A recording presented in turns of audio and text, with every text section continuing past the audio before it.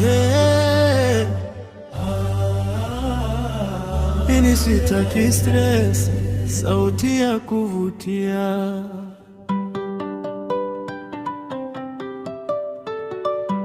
Stesheni inapendwa na watu wengi Afrika kote. Wakati wa muziki kuna mpangaji nje. Hai, mwana wa mfalme, kijana aliyebobea, anakupa muziki moto moto na habari kiutendaji. Usikose kusikiliza.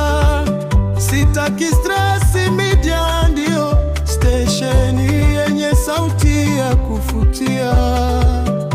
Hapa nchini Kenya tu sisi, misikilize vipindi mbalimbali.